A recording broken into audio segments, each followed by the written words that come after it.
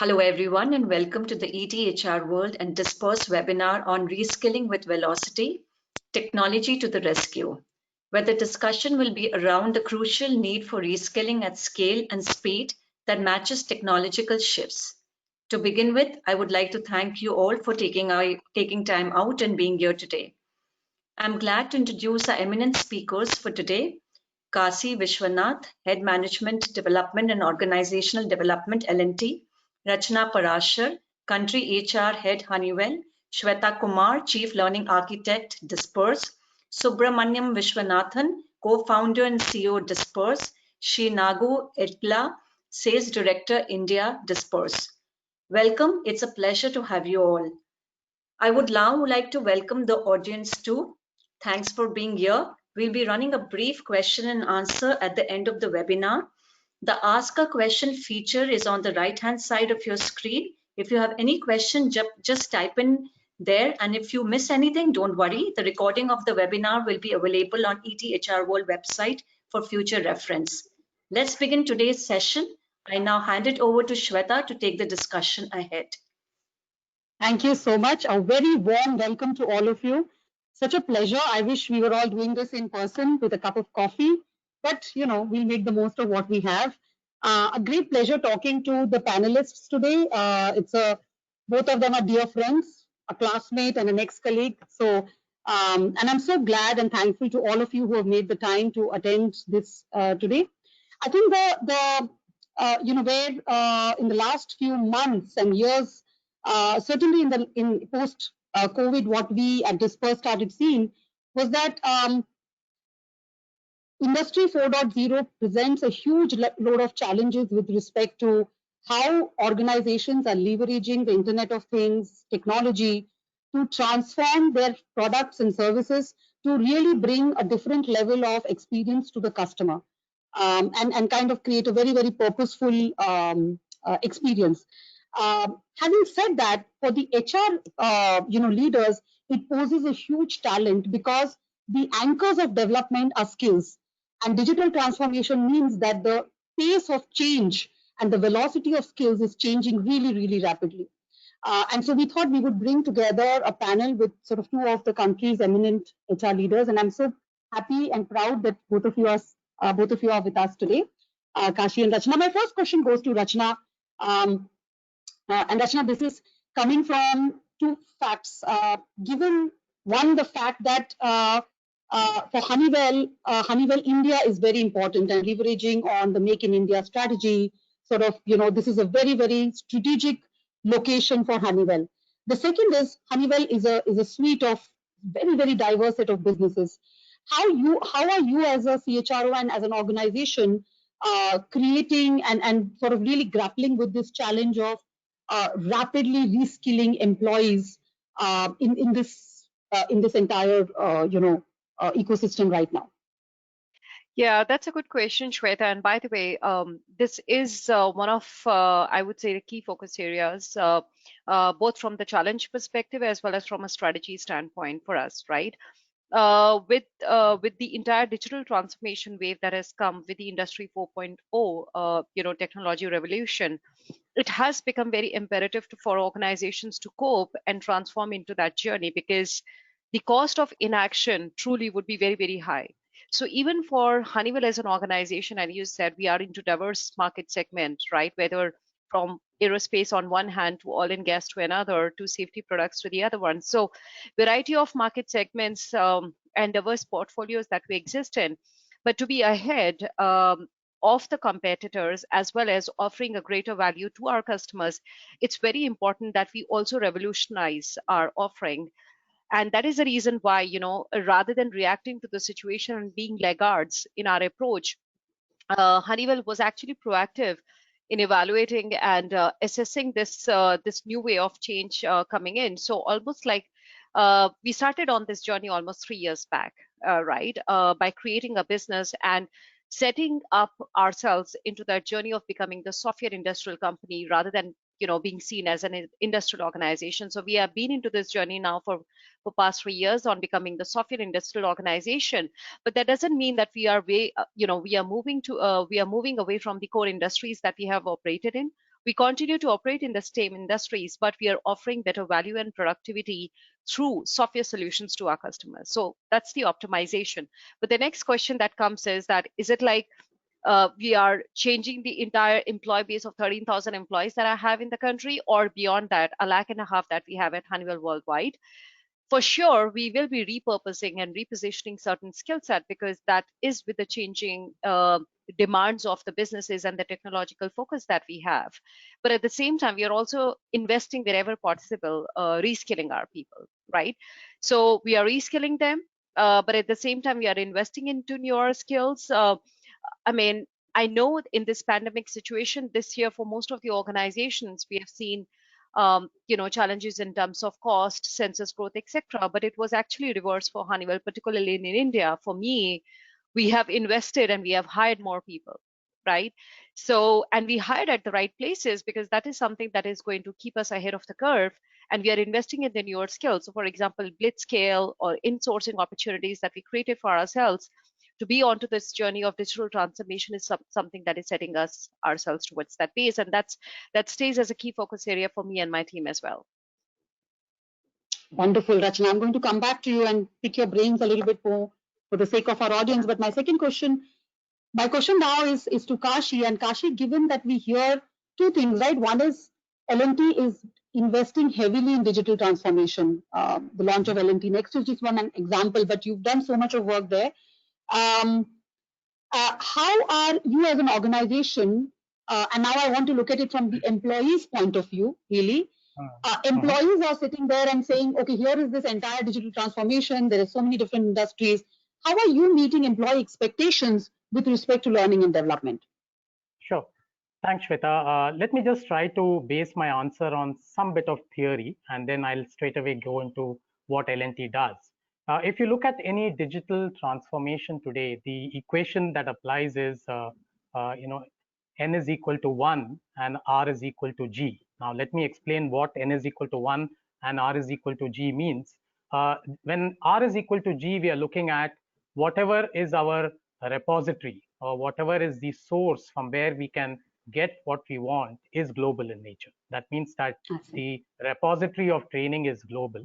At the same time, when I say N is equal to 1, what I mean is the personalization, that is the individual comes into picture, where the denominator is the individual. So N is equal to 1, R is equal to G. This is the equation most people talk about in digital transformation. In fact, a long back, Professor C.K. Prahalad, along with Professor Krishnan from Michigan, had spoken about this. Now, this is the basis. Now, having said this is the basis, most employees today want global information. They want content which is global. At the same time, they would like certain personalization to be done for themselves. I mean, I want the content which I'm best or most comfortable with. Now, that's the common ask which is there. And I think L&T, to that extent, to be fair to the company, we have tried everything possible to try to do this. Now, let me tell you what we have done so that it gives you an idea. We have a platform which is called ATL Next. Now, ATL Next is a platform which is a cognitive platform, where the idea is to base it on the requirements of people. Now, I'm happy to share that about 35,000 users, or 35,000 users have actually completed courses in the last 7 months, which actually tells you how it is.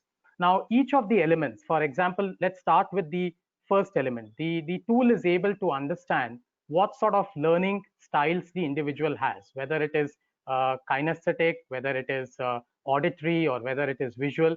Based on that, it's able to throw the content which is there. For example, if I'm kinesthetic, which is what is a bit difficult to understand, all simulations come in the kinesthetic space. So simulations, etc., that sort of training actually comes in when you're looking at kinesthetics. Visual and auditory, we are pretty clear about what that would be. Not only that, the AI tool which is there within this platform is actually able to understand what targeted learning is required based on certain questions you have been given, what you answer. It is able to tell you what targeted learnings you might need, and then it sort of throws the content based on your style and based on what your requirement is. And it is also constantly able to understand your knowledge gap from time to time based on certain questions that the tool will have, it will throw, or it will make the content more difficult, more easy, etc. So that's typically how it will actually move. And today people like to sort of compete with friends. There is always this gamification piece which comes in, and therefore comparison with peers, leaderboards, all of these are put up, so people look at it and they get excited and they follow it up.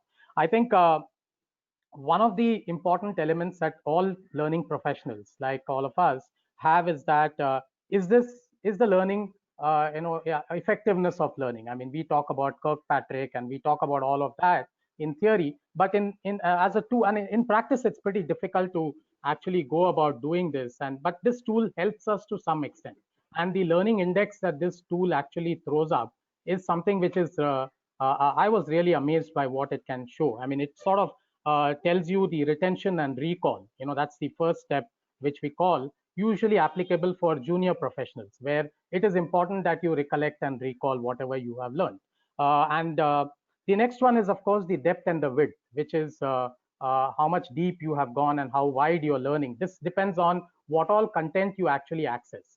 Based on that, it's able to tell you whether this person has got the depth and the width. I mean, if you are reading from multiple sources, if you're reading connected topics, it sort of tells you that, look, I think the width he has is much higher, and things like that. And of course, the last one is the sharing piece, which is there, evaluate and share. Wherever the people are sharing, wherever they are contributing back to the tool is able to recognize that this person is at that category, and it classifies people accordingly. I mean, based on these, it's able to classify the people. So I think from that perspective, we are able to meet the employee requirements of this N is equal to 1, and of course provide them content which is R is equal to G. In that context, I think L&T has done some phenomenal job. I just want to say this. This tool is called ATL Next. Any more details, I'm happy to share. Fantastic, Kashi. That sounds really, really exciting. So when I listened to both of you, Rachna, you talked about how Honeywell kind of preempted this whole sort of industry 4.0 and made the move very early on, right? And I know that because I was at Honeywell at least at one point in time, and the whole software industrial revolution has begun. The reskilling process has already begun. We heard Kashi talk about N is equal to 1, R is equal to 2. So basically learning is hyper-personalized. Now, when and this question is for you, Rachna, that's from an employee's point of view is what Kashi talked about. But from an organization's point of view, when you think about the vast diversity of businesses and skill sets that are there in the organization or that the organization needs to have, what are some of the innovative things that Honeywell India is doing or Honeywell globally is doing to do the reskilling or to kind of make sure that the best available learning is available to the employees? So, you know what? I wouldn't say that the recipe to this is very different, unlike what we would have done in the past to support the businesses on such needs. It's only that we need to look at these things a little differently now, right? With enough and more agility and being frugal and bringing in fungibility of skill set, etc., etc. I think the way to look at it to be able to support the business better and looking ahead is proactive workforce planning, right? I mean, that's the way we have been. So the way I see an HR and, being an HR professional, talking from that standpoint, one of the key expectation with which the HR team works is that how strongly they partner with the business, right, in looking ahead. With that expectation set, wherein we know that this is the kind of a direction that the business is setting for us, for themselves, and we have to ensure that the business is successful. So we plan ahead in terms of what is that we need to be doing to make the business successful and support the business strategy overall. And that requires, proactive planning and, just to ensure that it's not just our businesses are looking ahead, but the functions are also looking ahead. Just to share, Shweta, we actually created a function overall, which is enabling all the businesses and functions to be onto this journey. We created a function globally, worldwide, which is actually incorporated in each of the countries, and the businesses is enterprise business transformation. right? So this function is tasked to actually bring about digital revolution in each of the functions and the business spaces that we have at Honeywell. So if all the businesses that we have had set onto this journey of becoming a software industrial organization, say how HR is going to proactively play a role to support the business in a better way, which means that one, we ourselves have to adopt enough way of how enough and more innovative ways of how we can be more efficient, right?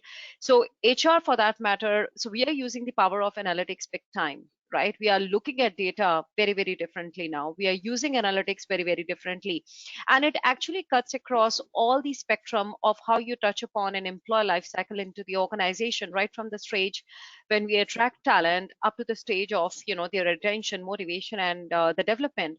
We are bringing digitization in all the spheres, right? So, for example, utilization of the technology of Phenom, right at the stage when we are hiring somebody, or to ensure that we are strengthening our people succession by investing in the right talent and seeding them effectively. We have gone towards doing our succession planning intelligently by bringing digitization and automation of the entire talent management process, right? So the way we look at talent is not on paper or on PowerPoint slides, but actually using the tool which empowers the managers as well as HR to be able to predict and use the power of analytics and data to be able to predict ahead of time that how you're able to impact the overall outcome, right?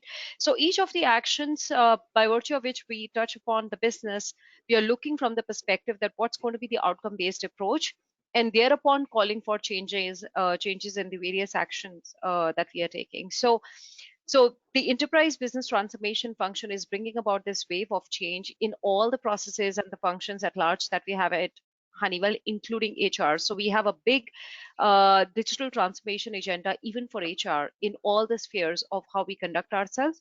And just one last point that I would like to leave you here. It's not just about the adoption of technology by HR. I would say that's given. For me, it's fundamental, right? There's no brainer here.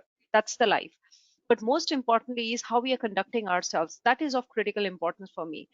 And most importantly, the role that me and my team plays, right, in this overall scheme of things. So there's a big transformation that we have been working towards, how HR plays a role of less being tactical to be more transformational, right?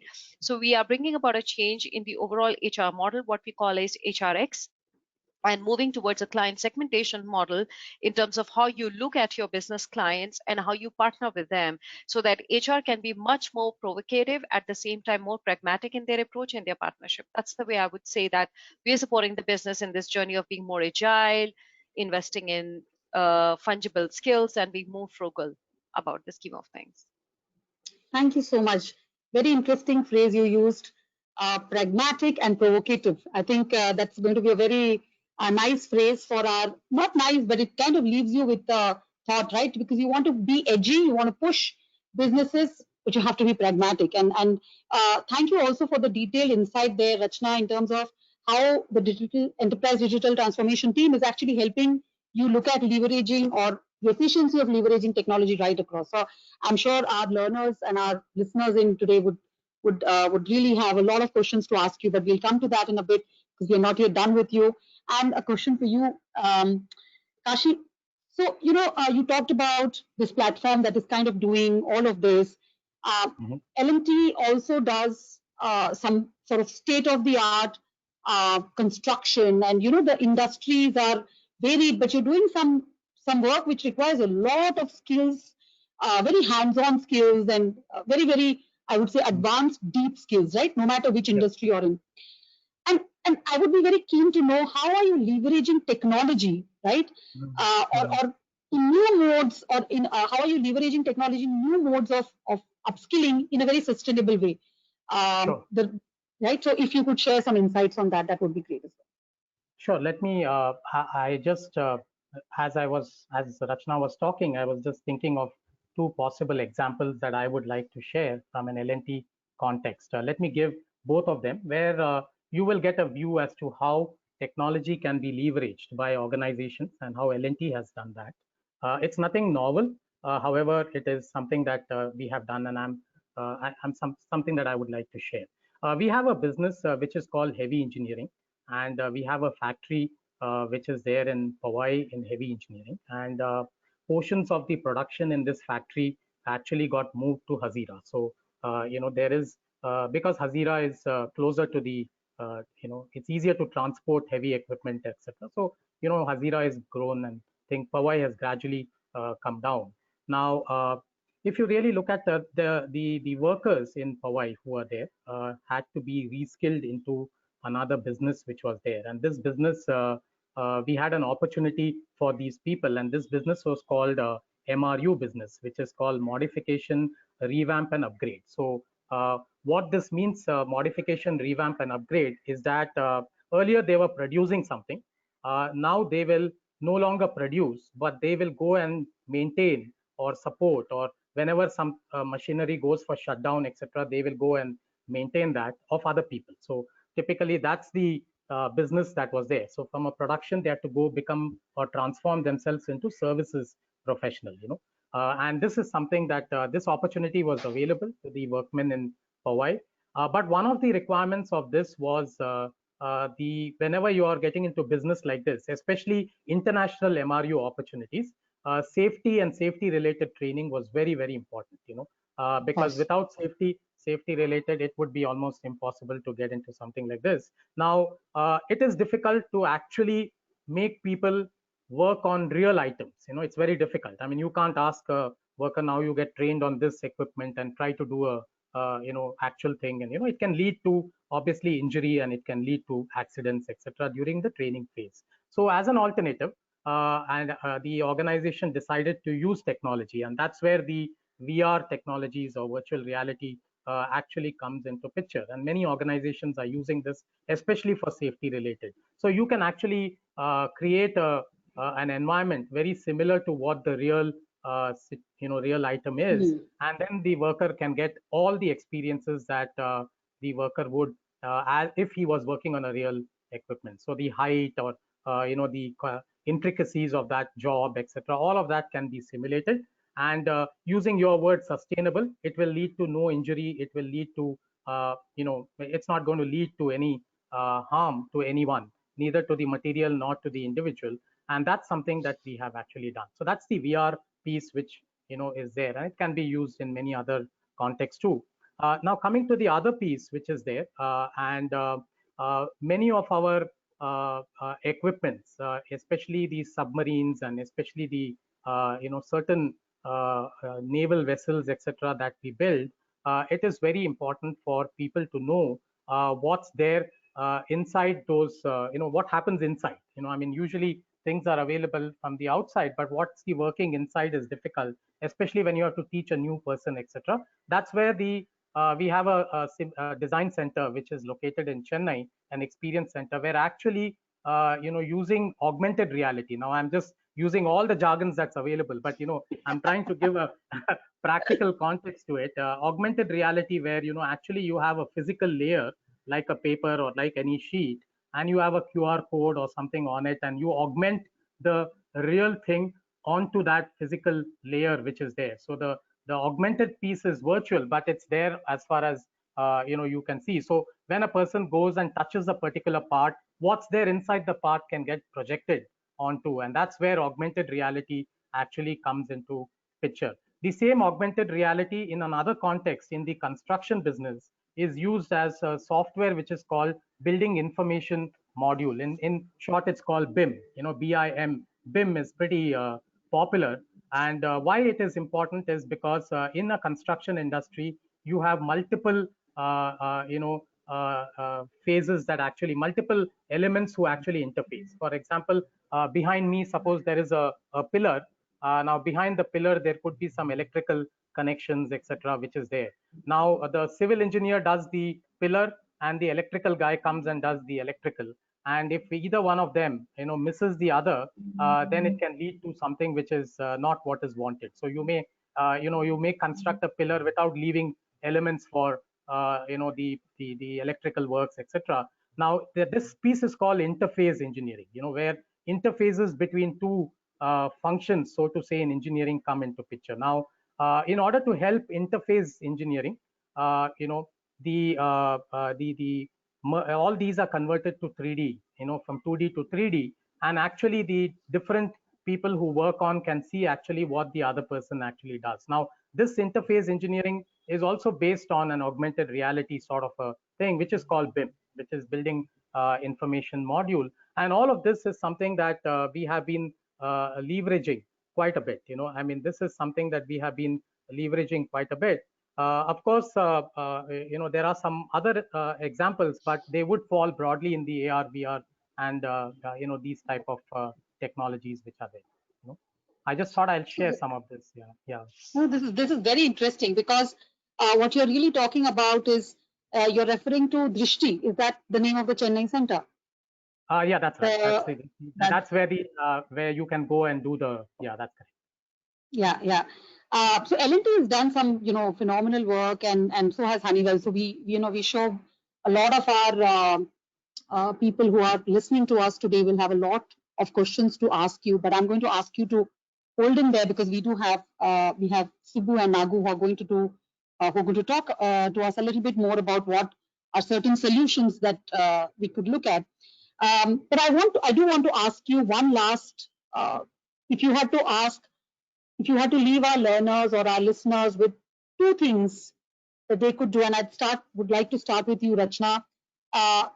Honeywell and L&T are ahead of the game. You've done a lot, you're still doing a lot. But if you had to think of an organization which has not started on this journey of, preparing HR for digital transformation, what are the one or two things that you would want to leave our learners with? I'd like to ask this question to you first, Rachna.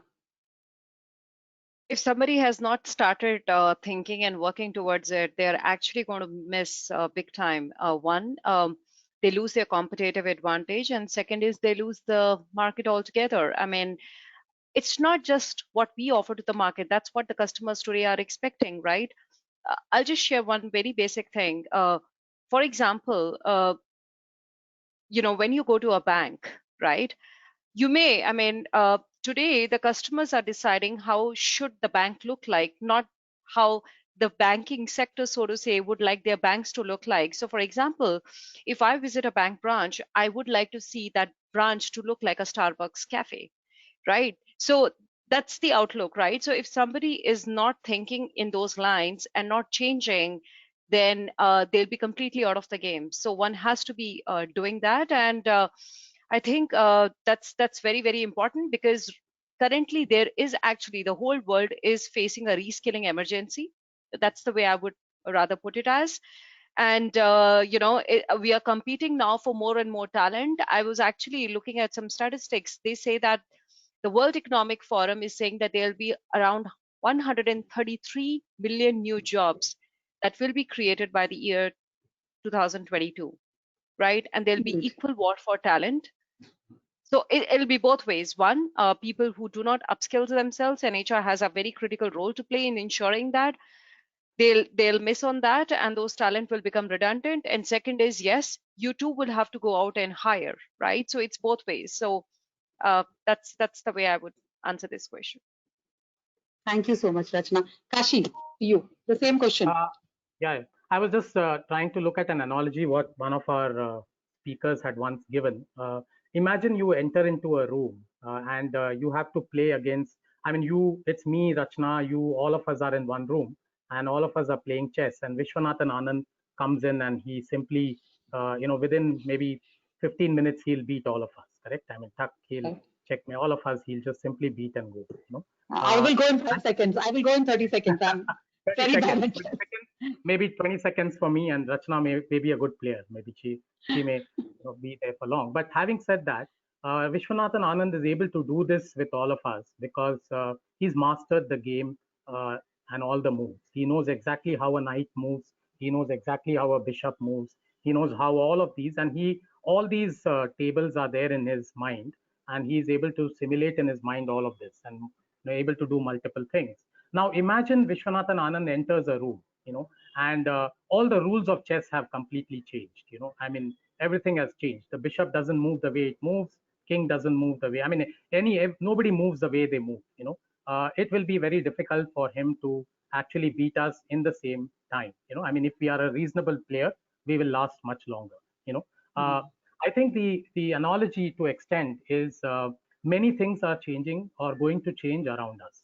For example, starting from the domain that we belong to, manpower, we will not get the type of manpower we want. I mean, both in terms of quality and in terms of quantity, both will be very, very constrained in that sense.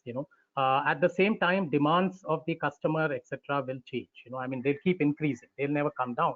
They will only go up. And it's the situation that just was there when computerization started, when those who resisted to that and said, I will not, I don't want computers, I'll do everything, remember everything and all of that. Finally, they had to accept that computerization is a must. It's the same way, all these productivity tools, I don't call them as, buzzwords. They are buzzwords because, we keep using them quite often, but they are actually enablers to the new normal or the way the organization is there. So they are must today. And I was seeing somewhere that A, B, C, D will probably be replaced by augmented reality will be the A piece, which will be there. I mean, that would be the way it is. So I'm saying there is no option because these are going to be the differentiators. If L&T is using it and if some other person does not use it, then he will lose out in the business because customer will see that and very, very clearly. So I think that's the way I look at it. One very live example that I can share, Shweta, which touches most of us is the teachers, right? We have our kids studying at home virtually. The teachers never used the technology and they have to adopt, like they have to make PowerPoint presentations. They are reskilling themselves to be able to take virtual classrooms. Absolutely. So it's all about that survival. Absolutely. I think both of you have said something, and I love the example that both of you gave, and I love the analogy, Kashi. And I was just fantasizing, okay, if at least in that condition there's a fighting chance that I might, win. Right, yeah. But no, I think that really the point is this, right? If the rules of the game are being changed by one player, then everybody has to adapt.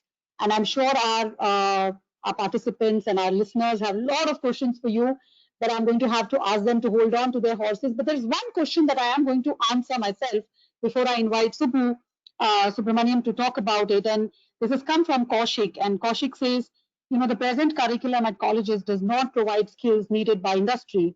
And hence they need to be kind of reskilled when they come into the there's a professionalization wave. And now you're already talking about reskilling, right?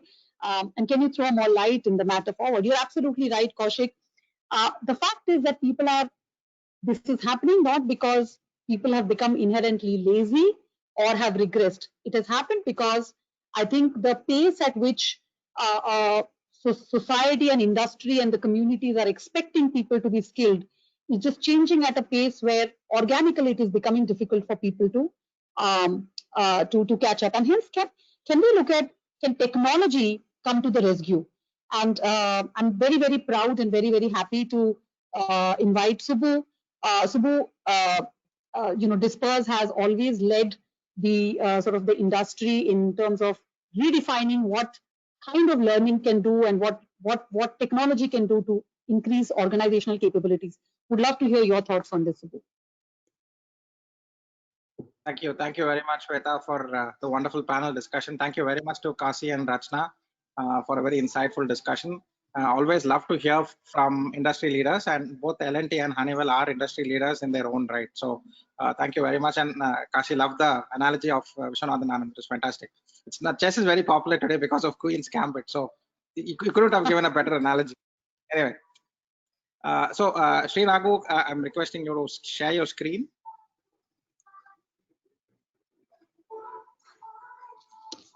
I'm going to just while Sri Raghu brings that up, I'm going to just talk about what Disperse does and how we think about reskilling and skilling. Because as Rachna said, according to the World Economic Forum, at least between half and 2/3 of the world's population today needs some sort of reskilling, which means forget about tomorrow's roles; they're not even ready to perform today's roles.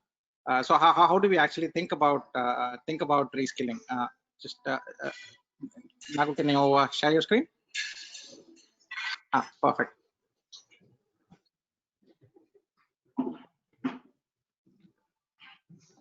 Can you pull up the presentation, please? Excellent. Slide 4, please.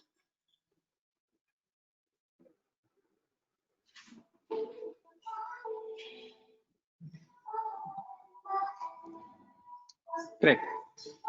So about Disperse, Disperse is an enterprise learning and technology company. We recently won the Atmanirbhar Innovation Challenge held by the Government of India under the category of e-learning. You'll need to switch back. This is something that we are incredibly proud about.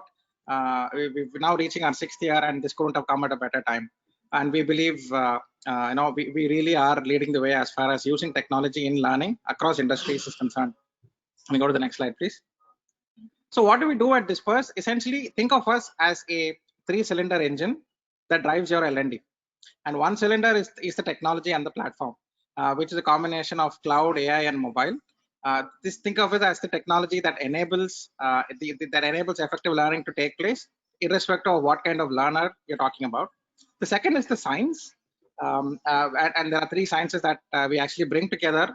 One is the data science, which is now with the evolution of big data. We take data from job portals, we take data from skills databases, we take data from learning records, and we use that to power our platform.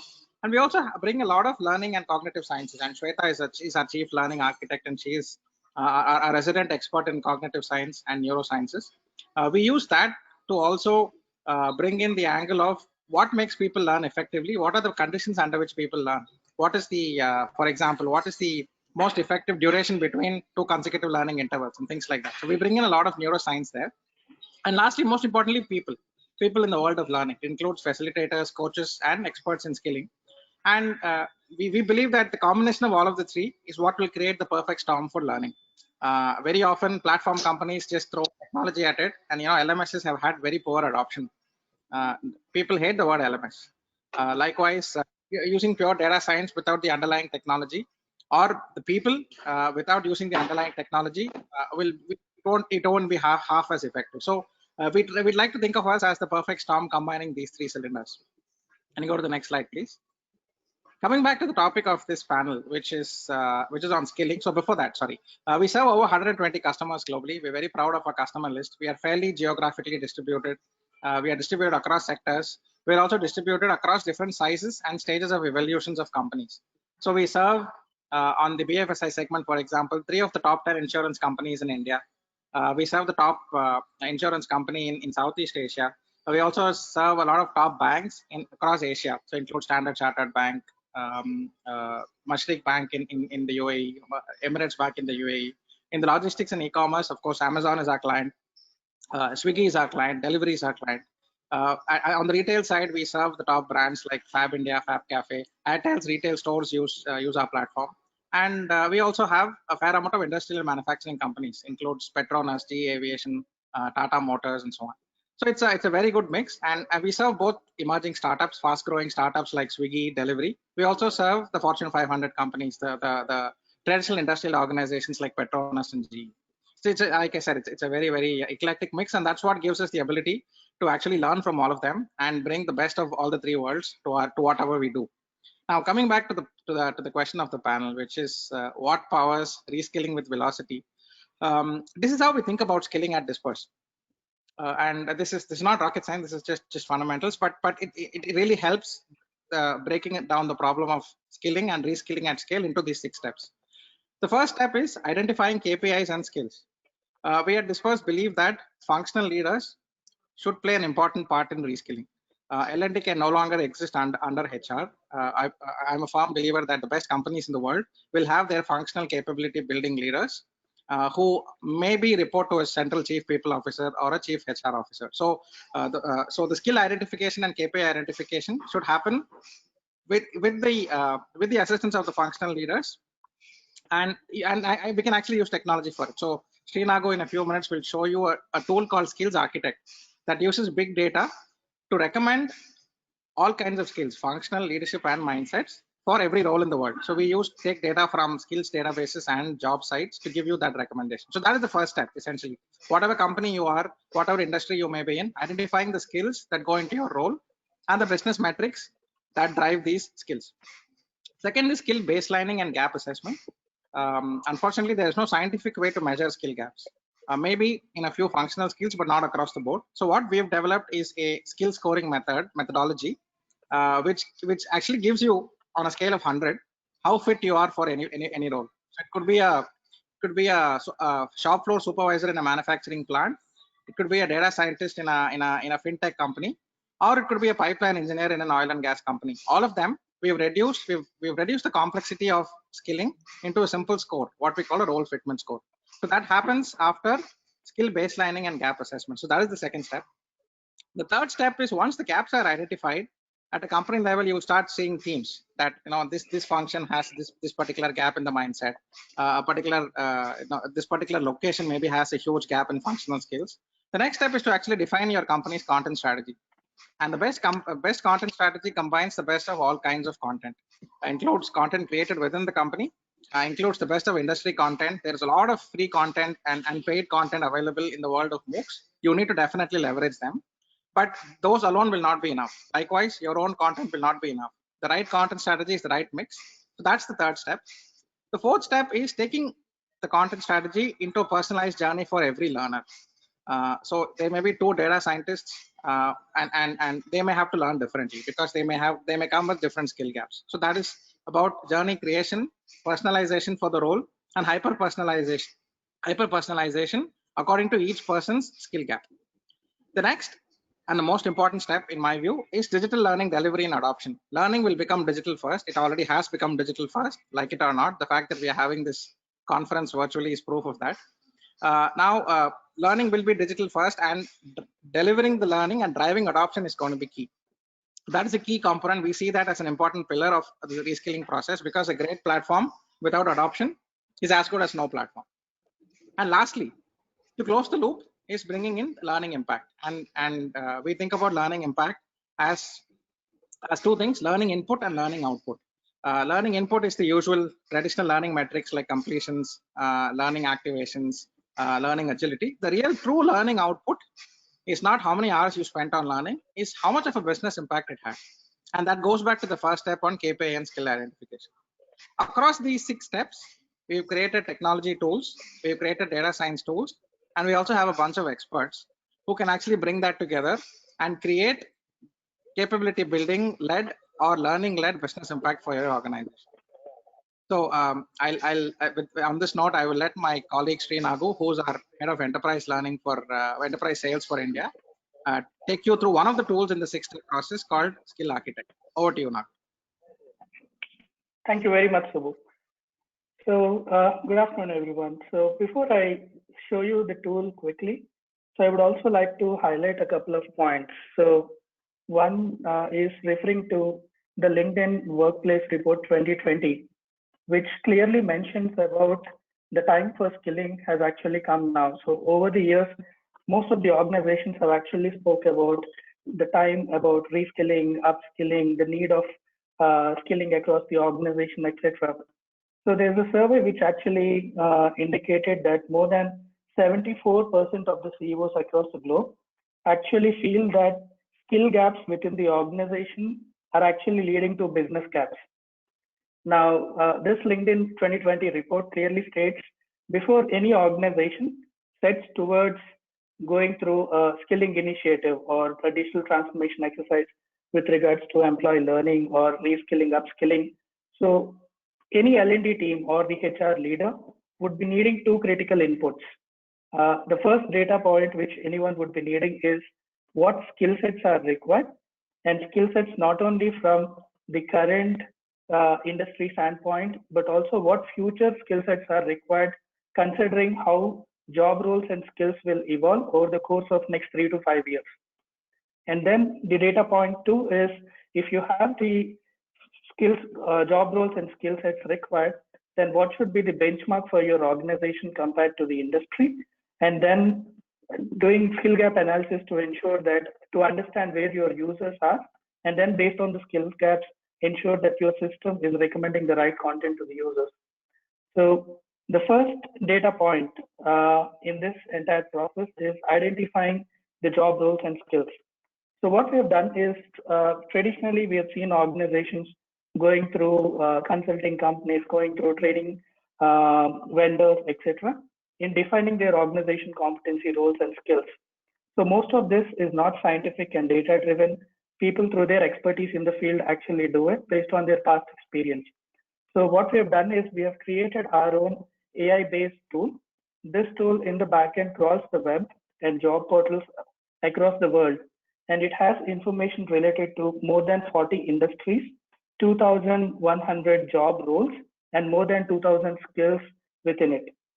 Now, understanding various industry needs, etc., if you see this particular role explorer, clearly gives you information related to all the 40 industries which we have here. So before the start of the meeting, Kashi actually requested me if I can show something relevant to L&T, which is Engineering Services Division, because hope you're able to hear me. Yes, we are able to hear you, Nagu. I think the screen is getting refreshed. Yeah. Oh, okay. So Kashi requested if I can actually show one of the skill sets required for this particular tool specific to L&T. So what I'll show you is, let me quickly pull out the different industries we have, and if we can pull out any data related to L&T as such. So I'll just wait for this to load. Yep, this is technology to the rescue. Always happens in the middle of a webinar. But in the meanwhile, I would request, I'd love for Nagu, while we wait for your screen to become responsive, would love for the listeners, those of you who have heard Rachna and Kashi and Subbu talk about, what are all the different challenges? How is Honeywell responding to it? How is Kashi responding to it? And you heard Subbu about how Disperse looks at it. If there are any questions, please feel free to send it out to the organizers, and then we can see if we can start speaking through it. Yeah, I can share my screen if you want. You can walk through this too. Let me do that, Subbu. Okay, so Subbu, you have access to you lead the access to screen share. If you can just do that.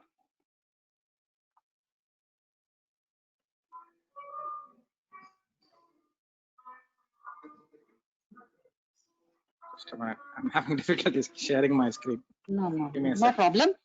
No problem. In the meanwhile, may I request the attendees, the listeners, we have quite a few listeners. If we would, if you have any questions for Rachna, for Kashi, and for Nagu, now would be a good time. But I do have one question that actually, Kashi, you could probably answer this even while Subbu comes back, and we have time for one. The question from Kaushik is, digital transformation is easy. Sorry, Subbu, are you able to? Yeah, sorry. You can continue, but if somebody can give me the sharing permissions, that would be great. Yeah, Krupa, can you please help? Yeah, even I can now do that. So I got my screen loaded. Sorry, I think it's because of my internet. No problem. Nagu, are you okay to share now, or would you like me to continue with the questions? So we'll go ahead with the screen share now. Okay, please go ahead. Kashi, I'll come back to you in a minute. No problem. Yeah. Sure. So sorry for that. Apologies for my internet is actually slow. So this is the various industries which I talked about. So if I pick, as per Kashi's request, Kashi has requested if we can show something related to engineering services, because that's one of the niche industries as part of construction, heavy manufacturing, etc. So if I pick engineering services as one of the industries, it clearly gives me an understanding of all the job roles which we have, all the departments which we have in the organization. And within each department, I can pick the various job roles. So if you see the engineering services as a division, as a industry, project development as a department, these are the various roles within this particular department. So this way we have information related to multiple industries, over 40 industries, finance, insurance, etc. Now, for any organization to see and understand what are the skill sets required for any particular role within their particular industry. So I'll quickly search for one of the job roles. So I'll search for a branch manager job role online and simply copy paste one of the job descriptions which I can find online. So I'm just picking a branch manager job posting online. So I'm simply copy pasting the job description what I can find here. And typically, if you see most of the organizations as part of your talent acquisition, you already have job descriptions in place for all the roles. So using this tool, what I can do is I can simply copy paste my existing job role and description and see within the tool what is the new age roles and responsibilities required for this particular role. So I picked out branch manager as one of the roles. So if I pick branch manager, the system clearly gives me indication with related to what new roles and responsibilities are required and also what skill sets are required. Now, let me just save this role. I'll say this is XYZ Bank. The job role is branch manager. He reports to area head. And if I save this, it will ask me to clearly show what skill sets are required within this job role. So we have seen the roles and responsibilities which are currently at par with the industry. Then I clearly have an idea of what skill sets are required for this particular role. So these skill sets are not only from a functional point of view, but also from the leadership skills and also the organization mindsets required, which are purely driven by your values and culture within the organization. So any specific skills which are very niche or to your organization. So you can also manually input this data. For example, if you have a CRM tool, etc., created from scratch within your organization, so you can set up proficiency levels for that, and you can also add those as additional skills for your respective teams. And in addition to skills, we also have complete data with regards to what proficiency levels are required within each skill. If I pick account management as one of the skills, you can see these are the various proficiency levels within this and what abilities and knowledge are required for this particular user who is having this particular skill mapped to them. And on one side, we have the skills and the proficiency levels within it. What we also do as part of the entire implementation is also crawl the web across all the MOOC portals which we have, be it LinkedIn Learning, Coursera, edX, etc. And our AI-based tool also classifies for each course based on the proficiency level which is tagged to this particular job role. So using this, we clearly recommend the right content to the users based on their skill gaps. So I'll show you how the skill gaps are also measured. Now, apart from this, you can also see there is an industry proficiency standard for all these skill sets. What is the current industry proficiency across? Now, as an organization, you can choose to set the benchmark at par with the industry, or you can choose to set a higher level depending on where you want your users to be as part of their roles within the organization. So once you have defined, identified the skills, what proficiency levels are required, and then the benchmark with regards to the industry, then the second aspect, which is identifying the skill gaps of the user, will be the next important step.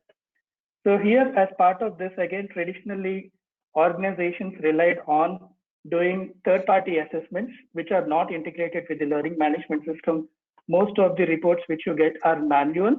So studying these manual reports, most of the L&D teams and the HR teams go back to the learning management system, manually curate learning paths for the users and assign it to them. Now, what we have done here is we have built our own 360-degree feedback tool within the platform, using which you can do the self-rating, peer rating, and manager rating.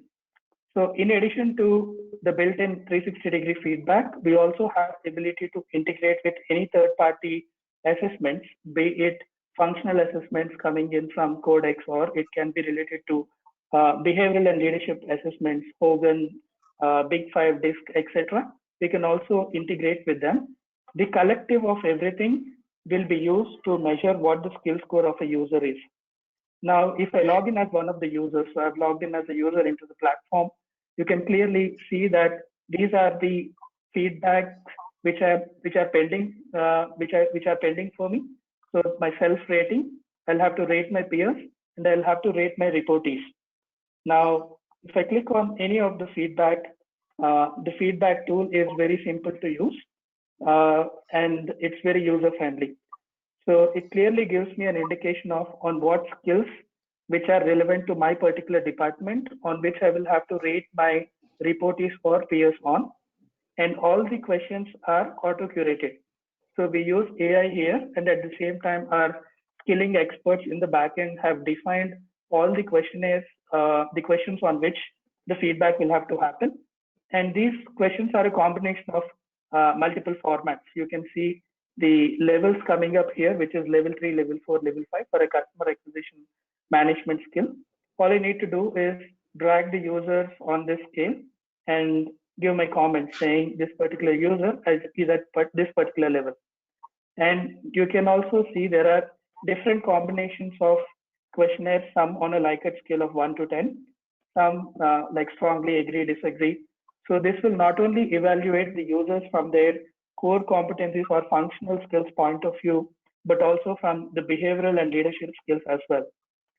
Now, a combination of everything. So once the users are rated from time to time basis, the users will definitely have information related to what their skill scores are and where do they stand. And at the same time, as HR leaders or L&D leaders, you will have complete information with regards to what's the organization skill dashboard looks like. So here you will have information related to all the job roles which you have in the organization. And if you pick any of the job role, it will give you a clear indication with regards to what skill sets are required, and all of this coming in from the skill framework tool. And over a period of time, once this becomes a norm with regards to 360-degree feedback, you will be able to track how the user skill is actually improving from day one to the current period. So against each skill, based on the feedback which the user is getting, be it self-rating, peer rating, reportee, manager, you can see there is a score which is being computed. Now, if I log in as one of the users and see my skills, I will be clearly able to see all the skills which are assigned to me. And at the same time, on the face of each score, you will also be able to see certain skill score. Now, this skill score is completely, so we built an algorithm which is proprietary to us, based on which this skill score is computed. So we take a combination of the learning agility, the learning discipline, the learning curiosity, the learning effectiveness, and the feedback given by the manager and peers. And with a combination of multiple weightages, every user will be able to see their skill score.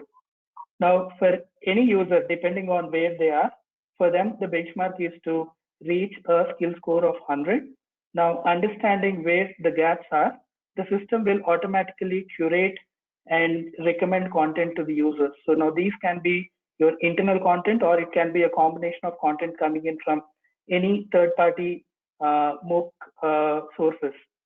Now, a combination of all of these skill scores become the role fitment score or a job fitment score, where at a central level, the L&D team and the HR team can actually track and see who are your top performing employees with regards to learning, and at the same time, how many people are ready for going to the next level, either laterally or horizontally within the roles, etc. So the last thing which I would love to show is, once we have identified the skill gaps within for the users, now traditionally, again, we rely on curating learning plans for the users. Most of the L&D teams currently manually curate certain learning paths or development plans for the user and assign to them. Now, what we have done as part of this entire tool here is we have created an AI-based journey tool, where the system will automatically curate a development plan for the user and assign it to them. Now, if I log in, so there is again a lot of research in the backend, and we have captured information related to what should be the time pattern between studying two skills from which comes under the same family of skills, etc. And the system at each point of time will recommend not more than 2 skills for the user to learn and improve. And all of this is AI curated. So there will be default journeys assigned to the user for them to improve and learn on their own, and at the same time see their skill score and job fitment score improving from time to time. So this is a quick overview of what we wanted to show you today. So this is the AI curated learning journey. So where the system will automatically assign 2 skills at a time, and these 2 skills will be prioritized based on what are the mandatory skills for that particular job role. And within each skill, it will also give me a clear indication of how many hours of learning I'll have to do so that I can improve this skill. And also the recommendations coming in from not only the paid repositories across the globe, and also the freely available content from the web. So it crawls the web for all the latest articles, blogs, etc. relevant to this particular role and skills, and will also be recommended to the user. So this way we use a combination of multiple things and help organizations in taking the first step towards setting up a learning culture, and especially from a digitization or the upskilling, reskilling initiatives within the organization. So this is what we had to show you today. We would love to understand from you how you do this within your organizations, at the same time see and understand and show you how we can help you to improve your skill building initiatives within the organization. So thank you very much for your time. Over to Shweta for the Q&A with the panel members. Thank you so much, Nagu. Very interesting. I mean, of course, I'm part of Disperse, but to see it actually, you know, when you see it like that, you realize there's so much of science and technology. And yes, we have quite a few questions coming up. I do hope you have grabbed your cup of coffee. I know we are on top of time, but let's just answer. The first one is actually maybe Subbu or Srinagu, you can answer. This question is actually about the Disperse platform. It says, can this platform be modified for government requirement? For example, if the state government wants to utilize this platform where it can give access to the citizen for higher education, is that possible? Subbu or Nagu can answer this. Yeah, Shweta, I'll take it. So it is certainly possible. We're also in discussions with National Skill Development Council and few government institutes with regards to how we can deploy this platform at scale, not only from the corporate skilling point of view, but also from individual skilling as part of the NSDC mission, etc. We have quite a few NSD listed training institutes using our platform as part of their skilling initiatives as well. So definitely we would love to help organizations, whoever would want to go towards that. And at the same time, we are in discussions with NSDC and certain panel members as well. Fantastic. Thank you so much, Srinagu. This question, Kashi, if you could take it, it would be great. And Kaushik asked this question. Digital transformation is easier to implement for younger generation, but what's really been your experience of reskilling of people who are from old school or slightly advanced in their age, and they have kind of worked their way up to a senior position, but probably, and I think the implied question is there a struggle or a higher struggle, and if yes, how do you handle it? How have you done this at L&T, Kashi? I think in L&T is a mix of both, people of different age groups. I think we have a fair diversity.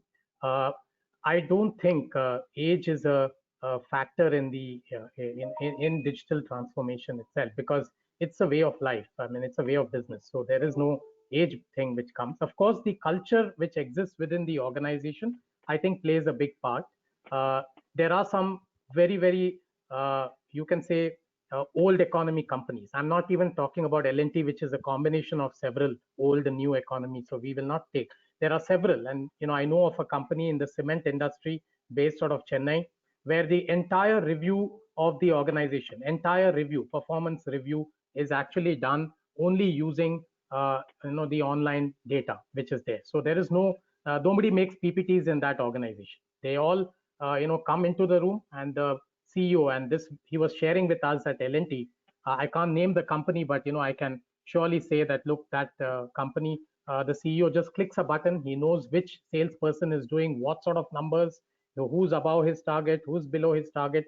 He knows which lorry or which is carrying the cement is actually stopped where and for what reason, whether he's which route he's taking. Amazing data which is available. Amazing data which is available, and I think it was possible because of the top leadership, the requirement of the top leadership, and also the type of culture that they wanted to send it. And I'm sure that age group over there will be far on, will be on the wrong side. It won't be the younger age group at all. So, that's how it is.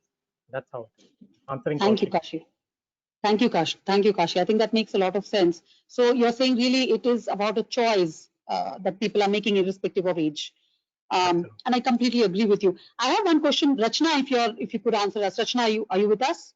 So I can't see you on the camera, but I hope you're there with us. Can someone please check that for me? If Rachna is not there, then Kashi, I would love to hear your perspective on this as well.